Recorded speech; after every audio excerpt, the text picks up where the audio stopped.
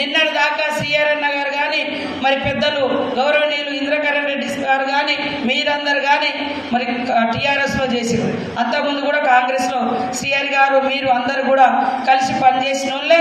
కాబట్టి ఏ సమస్య ఉన్నా మన అందరం ఓపికతోటి ఈ 10 రోజులు మన శత్రు మనకు వ్యతిరేకంగా ఉన్నది, ఈ దేశాన్ని ప్రమాదంలోకి నింపే పార్టీ బీజేపీ పార్టీ. ఎట్టి పరిస్థితులలో ఇప్పటికే ఇక్కడ గెలిచి ఎమ్మెల్యేలుగా గెలిచి వాళ్ళు ఏం చేస్తారో మీకు తెలుసు, మరి ఏ రకంగా ఇబ్బందులు పడుతున్నారో తెలుసు. కాబట్టి ఎంపీ ఎన్నికలలో ఒక ఆడకూతురు, ఒక హక్కుల కార్యకర్త, ఒక పేదింటి బిడ్డ 70 సంవత్సరాల తర్వాత ఒక మహిళకు అవకాశం వచ్చింది.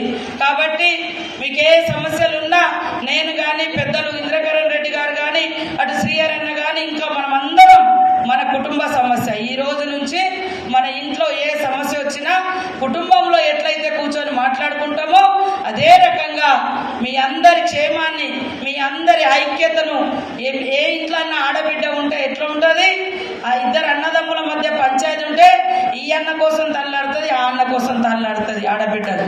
కాబట్టి చిన్న చిన్నవి ఉంటాయి, అవన్నీ కూడా సరి చేసుకుందాం. కానీ మన ముందున్న కర్తవ్యం ఇప్పుడు మన రాహుల్ గాంధీ గారిని ప్రధానమంత్రి చేయడం. వాస్తవానికి నాకు ఇన్ఛార్జ్ ఇచ్చినప్పుడు ఇవాళ ఈ పార్లమెంటు పరిధిలో కాంగ్రెస్ పార్టీకి ఒకే ఒక ఎమ్మెల్యే 3-4 వేల మెజార్టీతో గెలిచారు. దాదాపు 2.5 లక్షల డెఫిసిట్లో కాంగ్రెస్ పార్టీ ఉండే.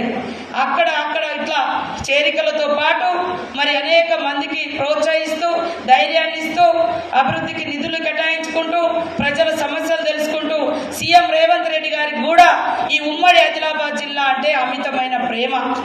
వారు పిసిసి అధ్యక్షుడు అయిన తర్వాత మొదట మన జిల్లాకే వచ్చిండు. అదేవిధంగా సీఎం అయిన తర్వాత మొదట మన ఉమ్మడి ఆదిలాబాద్ జిల్లాకే వచ్చిండు. ఇప్పటికీ 3 సార్లు మీటింగ్ పెట్టిండు.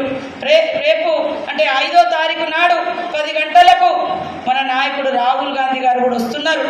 కాబట్టి దయచేసి మీ అందరికీ ఈ రోజు ఎలక్షన్ల ముందే సీతక్కని కాదు, ఎలక్షన్లు అయిపోయిన తర్వాత మీ అందరి సలహాలు సూచనలు పెద్దల అనుభవంతో ఈ యొక్క పెండింగ్ లో ఉన్నటువంటి ప్రాజెక్టులు కానీ ఇంకా రావాల్సినటువంటి నిధులు కానీ అభివృద్ధి గ్రామాలకు రావాల్సిన అభివృద్ధి కార్యక్రమాలు కానీ అన్ని చేసుకొని మనం ముందుకెళ్దాం. మీరందరూ కూడా మరి ఐక్యంగా పని చేసుకుంటూ రేపు రాబోయేటువంటి ఎంపీ ఎలక్షన్లే మనకు పునాది. ఇప్పుడు మళ్ళీ ఆ తర్వాత వచ్చేటి స్థానిక సంస్థలు, మరి గల్లీ ఎలక్షన్స్. అందులో కూడా ఇప్పుడు మంచిగా మెజార్టీ చూపించుకుంటే రేపు అవుట్ రైట్గా స్థానిక సంస్థలలో కూడా వేవ్ అనేది మనకు వస్తుంది.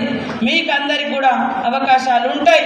కాబట్టి తప్పకుండా అందరినీ సయోధ్య చేసుకుంటూ సైక్యతతోటి మరి గ్రామాన్ని యూనిటీగా చేసుకొని బూతులను యూనిటీగా చేసుకొని మీ బూతులల్లా మీరు మెజార్టీ తీసుకురాకుండా సీఎం గారికి ఉన్నటువంటి అభిమానం, ప్రేమను, మీ యొక్క అభివృద్ధిని నిధుల కేటాయింపులో కూడా మేము చూపిస్తామని ఈ సందర్భంగా తెలియజేస్తూ మీ